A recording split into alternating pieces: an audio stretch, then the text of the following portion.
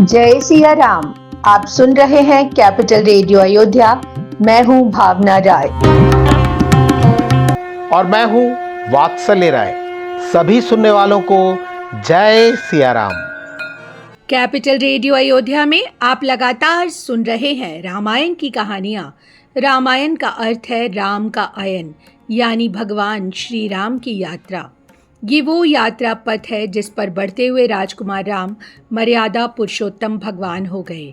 पिछले एपिसोड में हमने आपको कथा सुनाई कि राजा जनक ने रानी सुनैना को भरत जी की महिमा बताई। राजा जनक ने कहा कि भरत जी भगवान राम की आज्ञा को भूल कर भी नहीं टालेंगे, इसलिए हमें चिंता नहीं करनी चाहिए। और अब आगे की कथा। गोस्वामी तुलसीदास जी महाराज कहते हैं, सहित समाज राउ मिथिलेसु बहुत दिवस भय सहत कलेसु उचित होई सोई की जय नाथा हित सबहि कर रउरे हाथा।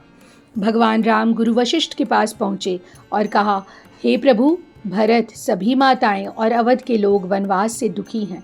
राजा जनक जी को भी यहाँ बहुत दिन हो गए हैं, इसलिए हे नाथ, जो उचित हो वही कीजिए।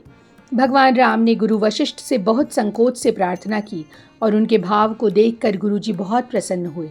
उन्होंने कहा, हे राम, आपके बिना दोनों राज समाजों के लिए सभी सुख नरक के समान हैं। प्राण प्राण के जीव सुख के सुख राम, तुम तजितात सोहात ग्रह जिनहि तिनहि विधि बाम। हे राम, आप प्राणों के भी प्राण हैं, आत्मा के भी आत्मा और सुख के भी सुख हैं। हे तात, आपको छोड़कर जिन्हें घर अच्छा लगता है, मान लीजिए कि विधाता उनके विपरीत हैं।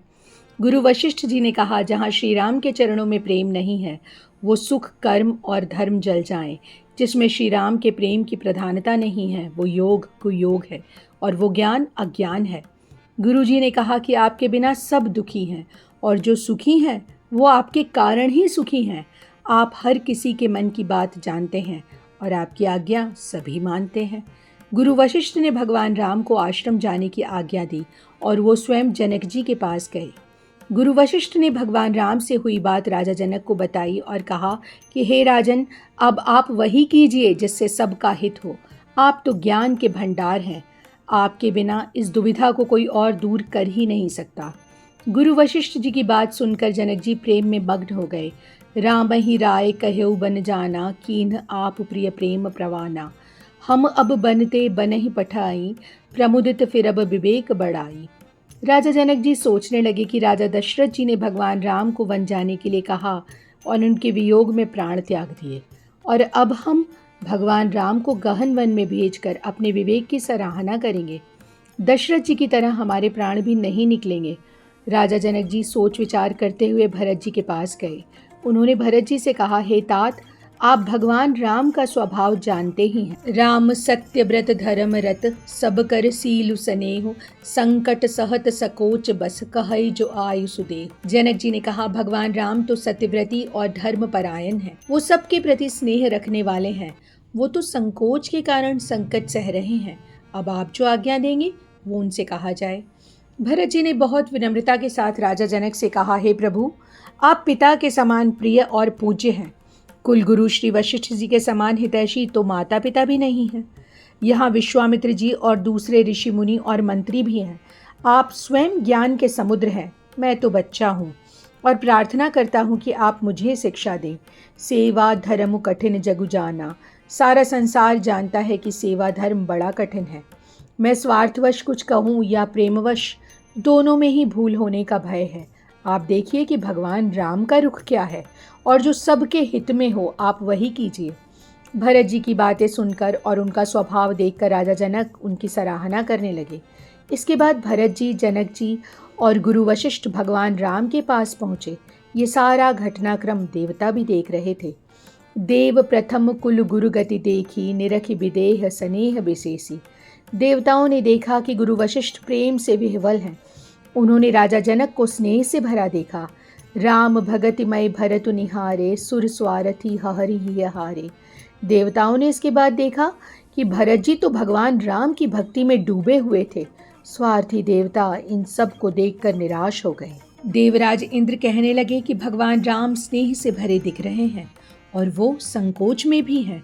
उन्होंने देवताओं से कहा, आप सब मिलकर कोई माया रचिए नहीं तो समझ लीजिए कि काम बिगड़ने ही वाला है। इंद्र की बात सुनकर देवताओं ने माँ सरस्वती का स्मरण किया। देवी देव शरणागत पाहि, हे देवी, देवता आपकी शरण में हैं, हमारी रक्षा कीजिए। अपनी माया रचकर भरत जी की बुद्धि को फेर दीजिए और देवताओं की रक्षा कर दीजिए। माँ सरस्वती ने समझ लिया कि देवता स्वार्थ में बुद्धि को परे रख चुके हैं, यानी मूर्खों के जैसी बातें कर रहे हैं। माँ सरस्वती जी ने कहा, आप मुझसे कह रहे हैं कि भरत जी की बुद्धि पलट दो? आप 1000 नेत्रों से भी सुमेरु पर्वत को नहीं देख पा रहे हैं। आप जान लीजिए कि ब्रह्मा, विष्णु और महेश की माया बड़ी प्रबल है, लेकिन वो भी भरत जी की बुद्धि की ओर देख तक नहीं सकते। आप चाहते हैं कि मैं उस भुलावे में डाल दूं? भरत हृदय सिय राम निवासु, तह कि तिमिर जह तरनि प्रकाशु। हे देवताओं, भरत जी के हृदय में तो श्री सीताराम जी का निवास है। जहाँ सूर्य का प्रकाश है वहाँ कहीं अंधेरा रह सकता है? यह कहकर सरस्वती जी ब्रह्मलोक चली गईं और देवता व्याकुल होने लगे। स्वार्थी देवताओं ने षड्यंत्र किया और माया जाल फैला दिया। देवराज इंद्र सोचने लगे कि अब तो सब कुछ भरत जी के ही हाथ में है। उधर भगवान राम ने अपने पास आए भरत जी, राजा जनक और गुरु वशिष्ठ का स्नेह के साथ स्वागत किया। उनके बीच जो बात हुई थी, उन्होंने वो बात भगवान राम को बताई। गुरु वशिष्ठ ने कहा, हे तात राम, अब आप जैसी आज्ञा दें वैसा ही हम सब करेंगे। भगवान राम ने कहा, गुरुजी, आपके और राजा जनक के होते हुए मेरा कुछ भी कहना अनुचित होगा। आप दोनों की जो आज्ञा होगी उसे हम सब मानेंगे। इस एपिसोड में इतना ही। अगले अंक में हम आपको सुनाएंगे आगे की कथा। कार्यक्रम को पसंद करने और शेयर करने के लिए हम आप सभी सुनने वालों के बहुत आभारी हैं।